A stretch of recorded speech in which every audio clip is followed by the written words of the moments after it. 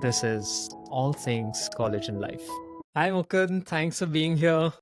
This is a interesting podcast for me, and I think for you as well, because for everyone watching this and hearing this, Mukund and I are best friends, and over the years, we've both been entrepreneurs, and we have very different sort of companies and setups, but I think we've found a lot of common ground over the years where we sometimes call each other, complain about some of the challenges we're facing on a day to day basis.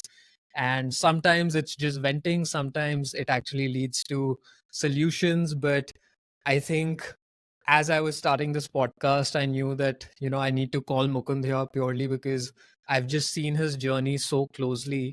And being childhood friends from school and then watching each other go through like the college years and then get into the work life. And now we've both been working for about 7, 8 years. I just thought his experiences are quite valuable to people who are looking to, they're on the edge of, finishing up college, potentially looking to join in their family businesses or starting something of their own, having an entrepreneurial journey.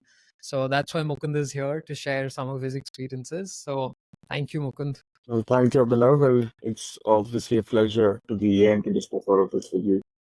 Though you know everything, but yeah, we just get a formal platform to discuss all of it.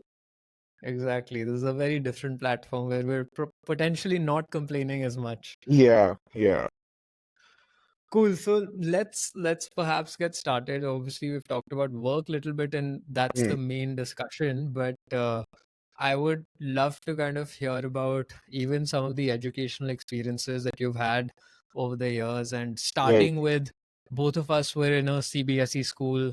I Yeah. had left school after grade 9 for a different reason, but I remember you left school after grade 10 to move into an IBDP curriculum. And I'd love to know, what that switch was all about, Oh. why it was done, and how that experience was going from CBSE into IB. All So, see, basically, it was honestly my cousin who had moved to an IBDP curriculum before me, and he's 2 years older to me, so he would keep telling me about what he's learning and how is it different and all of that. That is what intrigued me and piqued my interest on how IBDP is so different from CBSE. Where in CBSE we are, at least for me, I ended up spending a lot of time trying to mug up and get the right answer. But IB really taught me on how to get to that answer. It wasn't really about knowing the answer, but just getting to that answer is what really mattered in IB, and that is what I really enjoyed learning about. So that was my goal of switching from CBSE to IB, and I made this switch myself. It wasn't something that was got for me from my parents or anything, but just because it seems interesting. So yeah, that was my main decision point. Makes sense. And how did the switch feel like? Because I mean, the students I help today, Mhm. it's not always the easiest thing going from an Indian curriculum, whether that's CBSE or ICSE, going into IB in grade 11. Yeah. Not always an easy switch, not always an easy transition. IB brings its own challenges, which I do feel sometimes the Indian curriculum does not prepare you for. So, how is Right. that experience for you?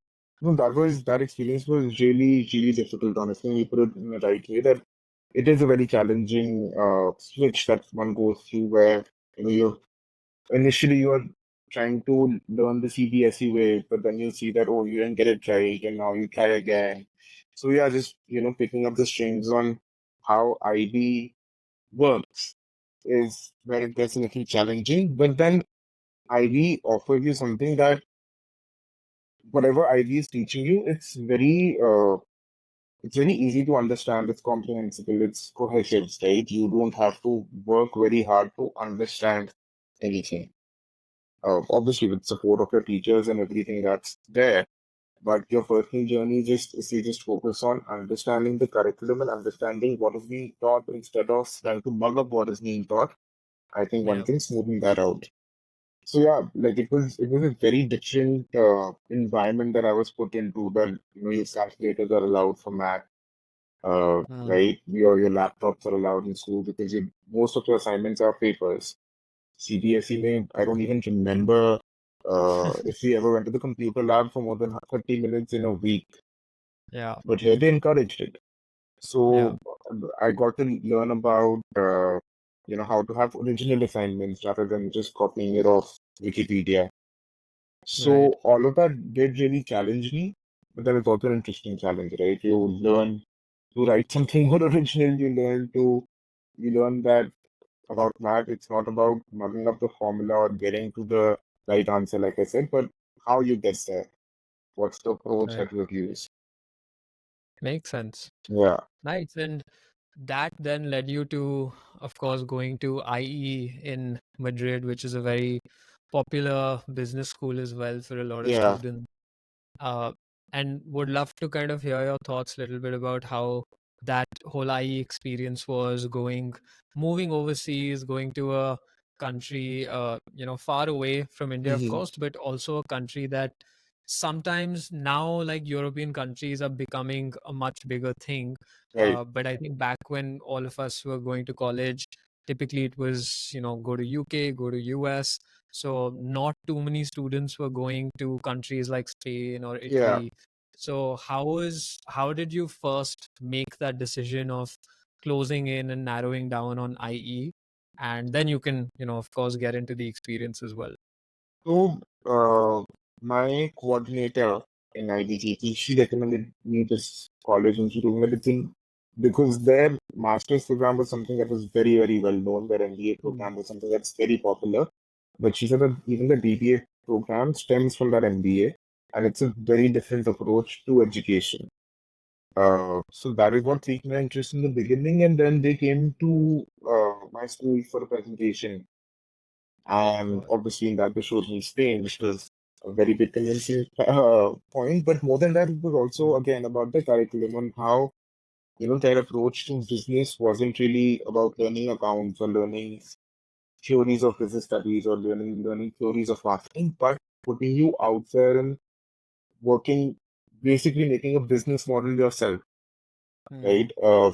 So that was what my curriculum was throughout the years, and that is what I found different. Like when I compared my education to what my peers studied in the UK or the US, I felt it was extremely distant, more enriching, and something that I could use later.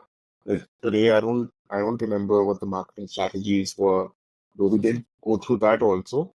But I remember how, you know, what to do to make something sell. And that is how they got me to that point. Makes sense. So yeah, that's why I chose IE initially. And yeah, moving overseas definitely has its own challenges. That was the first time I was going abroad. And there are not as many Indians in Spain.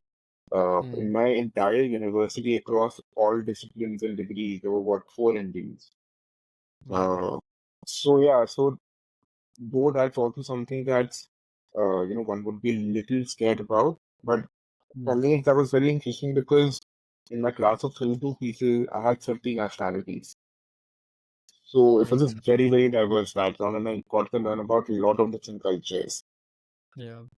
So that is one. And then, yeah, moving away from home has its own bit of challenges, especially for us Indian. We are born in a very protected, we are raised in a very protected environment in India, and then you put to, do everything yourself.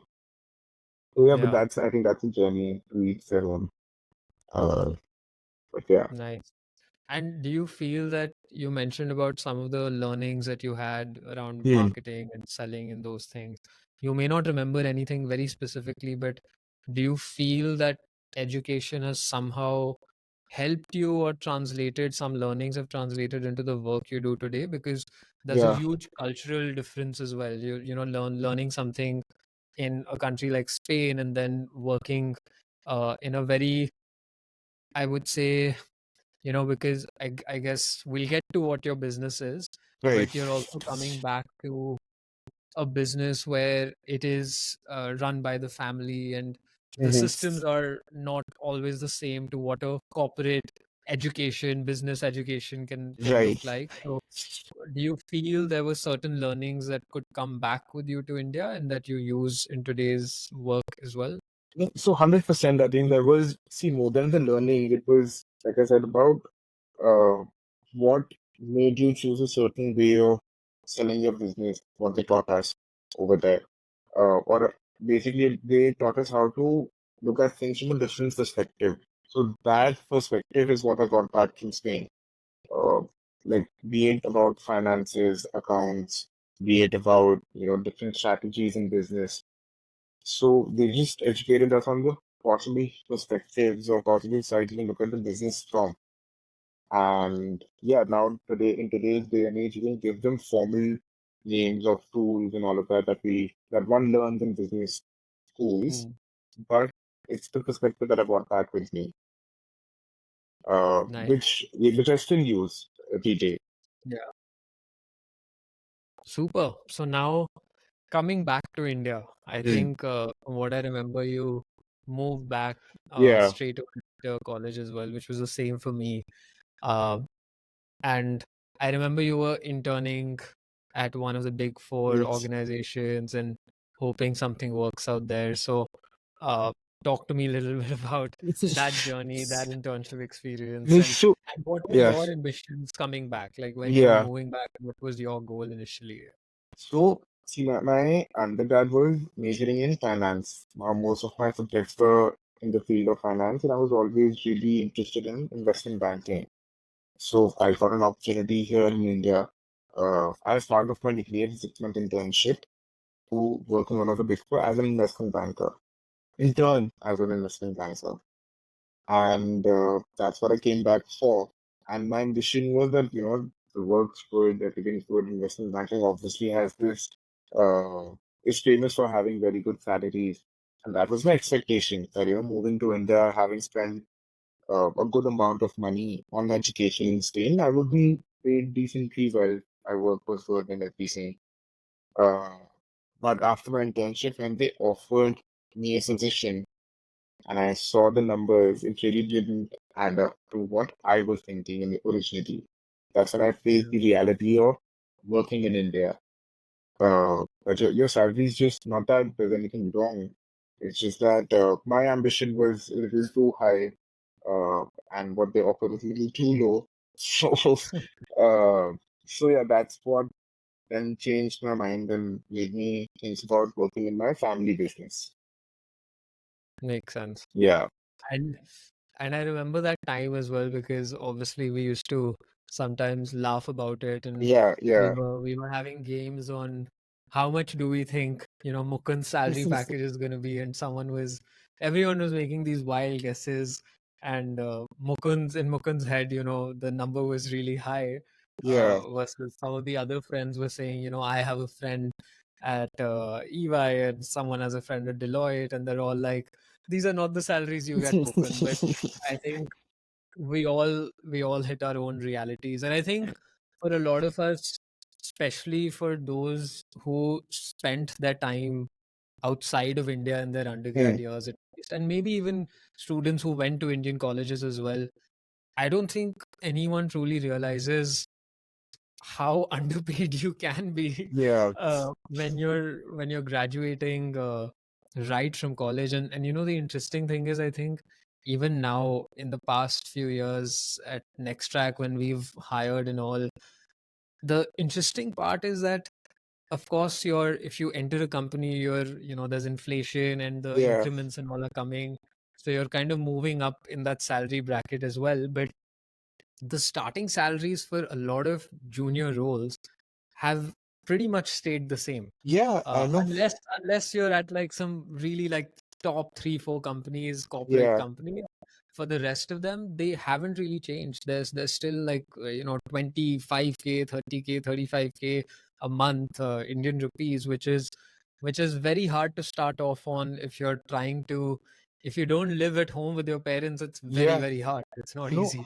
I was offered a very similar package when I moved back to India and then my internship ended. And I was honestly just shocked because, my expectation was at least 4 to 5 x that, right? Yeah. Firstly, and secondly, just your regular expenses, even if you're going to one of these fancy offices that these big four are usually in, just their parking charges, their meal charges, the environment you're in, your salary just doesn't add up.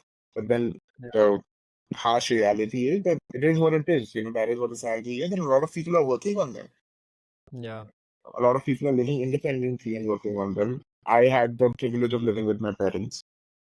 Yeah. Uh, but yeah, a lot of people are doing it. Doesn't make sense to me. Doesn't I like the numbers don't add up? But yeah, they are. Yeah. Makes sense.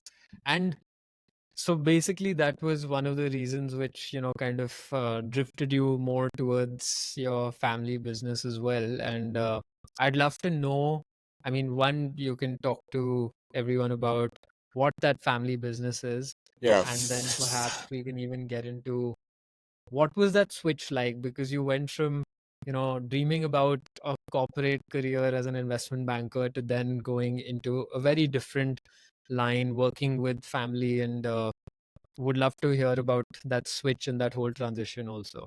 Yeah. So, like you said, that the author from EY is what pushed me to go towards my family business. At that time, my family business was also transitioning. This was post demonetization era. Mm. So yeah, we were also transitioning into a new business that is packaging. We manufacture packaging solutions for companies, paper-based packaging solutions.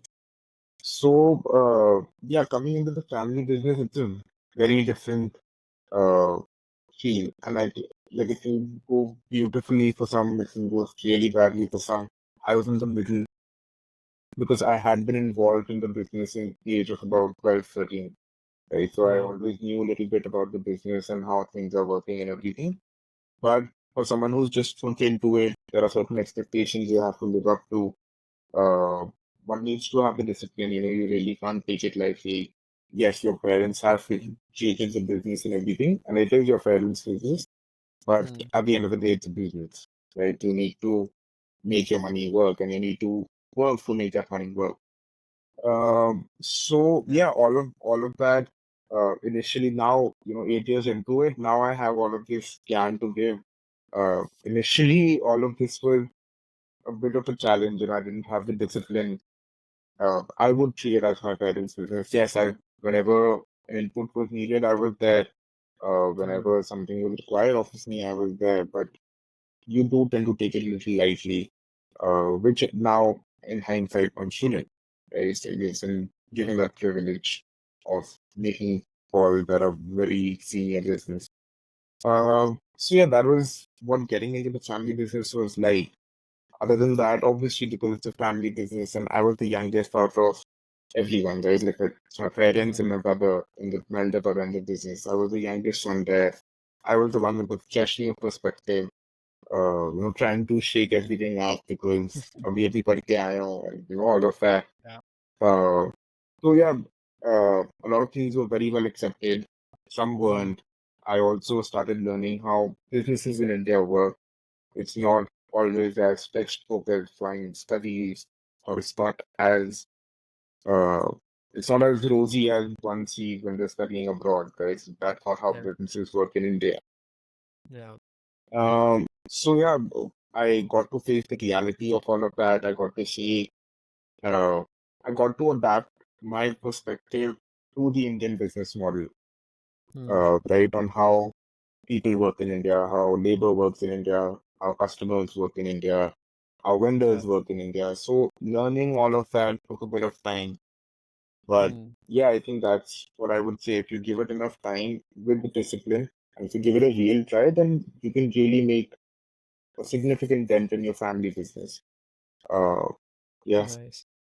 Makes sense. And you mentioned that the transition at the start, for a while, that discipline was not quite there, but then somehow you got more into it. So, what was that ticking point? What was that turning point for you where you realized that now I need to have, more discipline and I need to be at it a lot more than what I was doing earlier?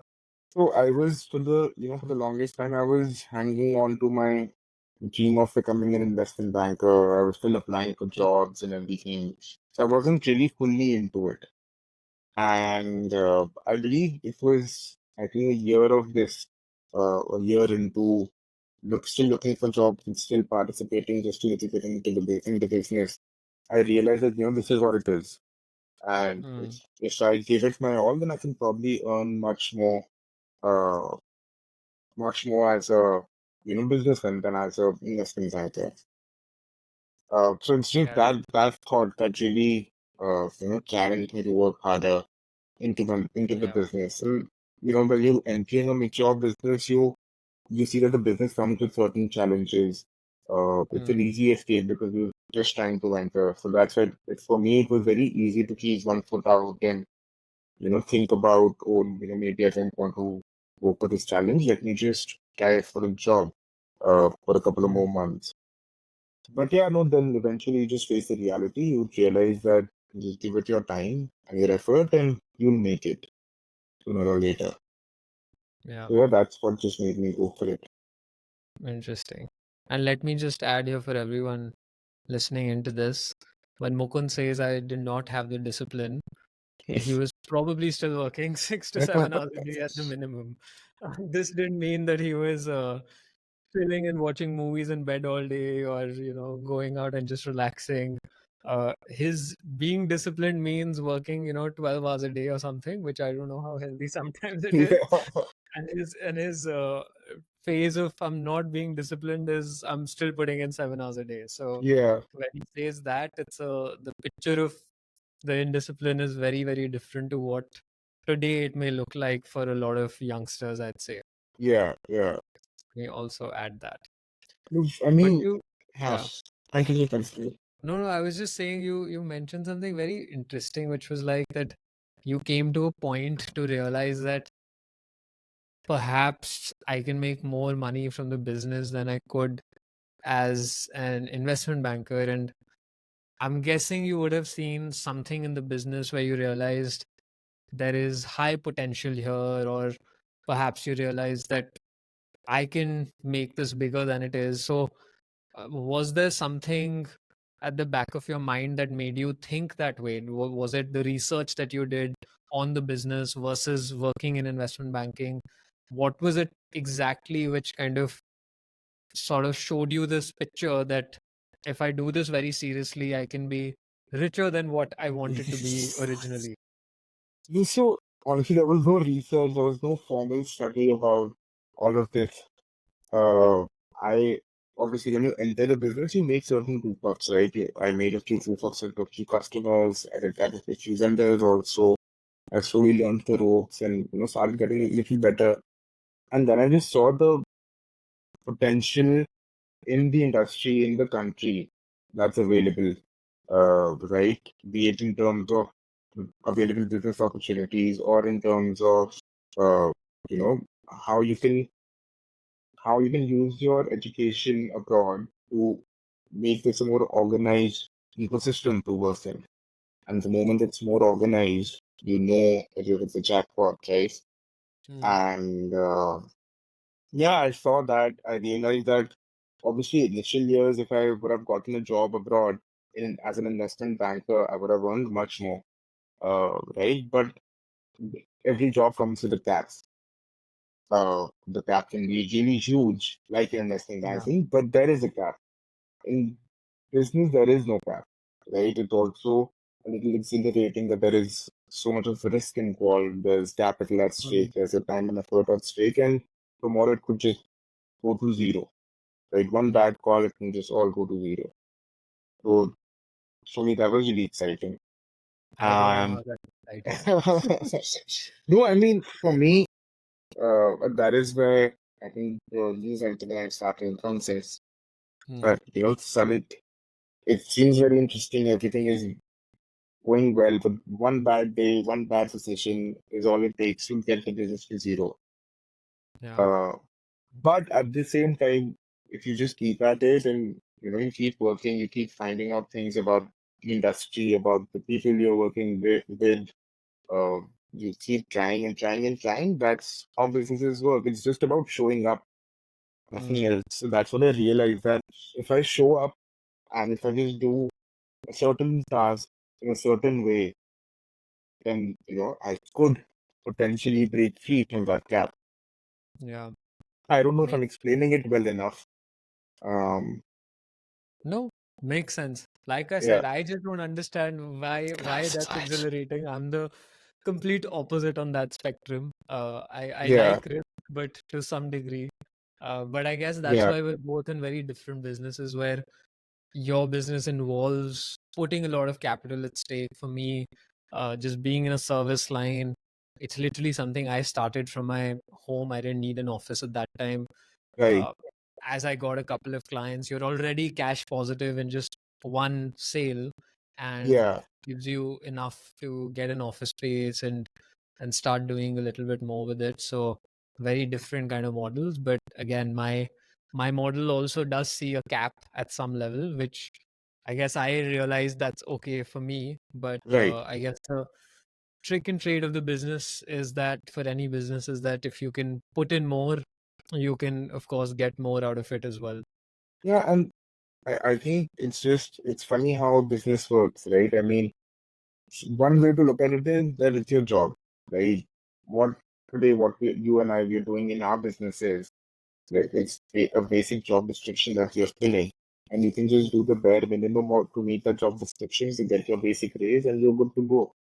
But Yeah, if you look at it from a businessman's perspective, you're always hungry for what's next. So, what yeah, more you can do? How can you improve your client's experience? How can you know, speaking about strictly financial terms, and how can you have a positive cash flow cycle? How can mm, you churn more out of the same operations? That's what a businessman does. yeah, And I realize that most of it is just about showing up. Because if you have that kind of a mindset and you show up regularly, you just realize that you yourself end up realizing things, right? When you go to your factory, you see, oh, this is not how it's supposed to be. mm, makes So, sense. yeah, that's why I say that it's just about showing up. Yeah, nice. So obviously you went through this journey, you got very well settled into the family business, and then I think over the last 2 to 3 years you kind of created your own stream in that business, Right, which has almost been like a venture of its own, but within the family business and like an extension of right. that. And how is that experience? Because you've gone in a 7 to 8 year kind of a period. You've gone from exploring investment banking, applying for jobs, not being fully disciplined. So the first year went in that. Yeah, Another 3 years, 4 years or so went in settling in, like you said, learning the tricks and trades of the business, and also in a very Indian context, because what ah, you've learned business, I guess, in any setting, it's never textbook style. You learn new things, you discover new challenges. So you've done that piece, and then you within the business started a stream which has been successful over the last couple of years as well. So would love to know more about that journey and what got you to start that and take that initiative within the business, a business that was running mhm, fine, and you took that initiative to take that somewhere else now. yeah. Also, what got me here was, again, as I just went to the factory regularly looking at, how can I make this a more profitable venture? I saw a line of products that we were not really catering to a whole industry segment that we weren't catering to, despite having its assets, right? Despite having a very similar machinery setup, despite having a very similar labor setup, but just a stream of products that we were not really going out for. And yeah, I just, got one small client to gain some confidence over that client, see if I can, give the required quality in the required time frame. And once I started doing that, I saw that, yeah, okay, results are like, if I Mm, could do this on a bigger scale, if I could do this to a factory, if I could do this, with a few people of my own, then yeah, I can definitely scale it up and maybe take it to a level where my existing business, where I could be at least 2 or 3 times my existing business. Uh, so yeah, I just saw that as an opportunity. Again, it's not like there was any research around it. I mm, just saw it when I was there, and I started. Uh, I started a little small, so taking smaller risks, doing it completely, like not doing it as a part of my own factory, but outsourcing all of its aspects.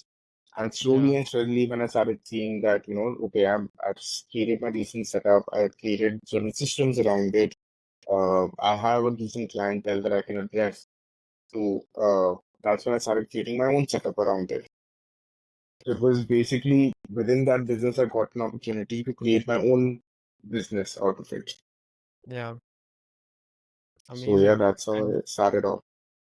yeah, it's interesting. I feel that how you go from when you start off, uh, as an entrepreneur or you're joining into a business as a younger entrepreneur. I think it's interesting how you go from being a bit fearful to Yeah, then getting to the point where you feel like risk is just a part of it and you just have to keep doing it, keep playing around with it. yeah, no, 100%. And there's a very old saying, at least in our family, that I'm a banya, right? So Hmm. for a banya, it's just the hope of money coming into his pocket is enough to lose that money again, right? So it was just that hope that made me, that allowed me to take that risk. Hmm. That, okay, I could probably scale it up to a certain number, and this is the kind of investment required. And okay, you slowly make peace with, even if you have to lose, it's like investing into Bitcoin. Yeah, Yeah. it could go really, really well. It could go really, really bad. Yeah, I'll work tooth and nail to make sure it doesn't go bad. Yeah. Uh, but yeah, you just keep at it, keep at it, keep at it. And it's not as if yeah, I did study entrepreneurship in college, but it's not like I was an expert in the field, right? I Hmm. just knew the basics, and because I come from a business family and from a family of a lot of different business groups. Business was always ingrained into me, right? Hmm. So that risk-taking capacity to work for those 12, 14 hours, like you say, Yeah. uh, that's where it comes from. Yeah, Yeah. that's it. That's how you just treat at Amazing. So, based on where you are now, what's next in the entrepreneurial journey? Is there it.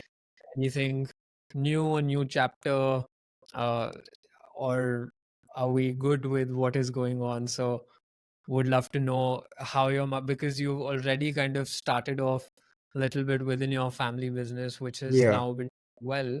Uh, yeah, and a lot of times, you and I have these discussions about having two things, which I always feel like it's so hard to do. And, it's hard for me to imagine if I have a second venture and then how do I kind of split my time and those kind of things. But I know people do it. I know the biggest industrialists and all in the country have done yeah, all these things, and that's the trajectory to be a very big business person. And that's the trajectory you're on. But yeah. I'm just curious if there's anything on the horizon for you now. Yeah, so I started my third venture now with a common friend, Shivam. So both of us are starting this brand around wall paints. We've set up our factory, we've set up our uh, marketing base, and it's now in the process of setting up our sales channels. And yeah, that's what's next on the horizon. For a businessman, it's never, you never feel at peace when you're at a certain level, right? Yeah, You're just hungry for what's next. And yeah, yeah, there'll be challenges, like you said, about time management, about managing both the businesses. You don't want the first one to fail because you're, on the other yeah, business. And it's not like we have, a team of people who are managing the business, right? At the end of the day, it's just three, four people, and you are the face of it. yeah. Uh, so yeah, it's obviously it's challenging. Uh, but what's life if not a challenge? Amazing. What's life if not a challenge?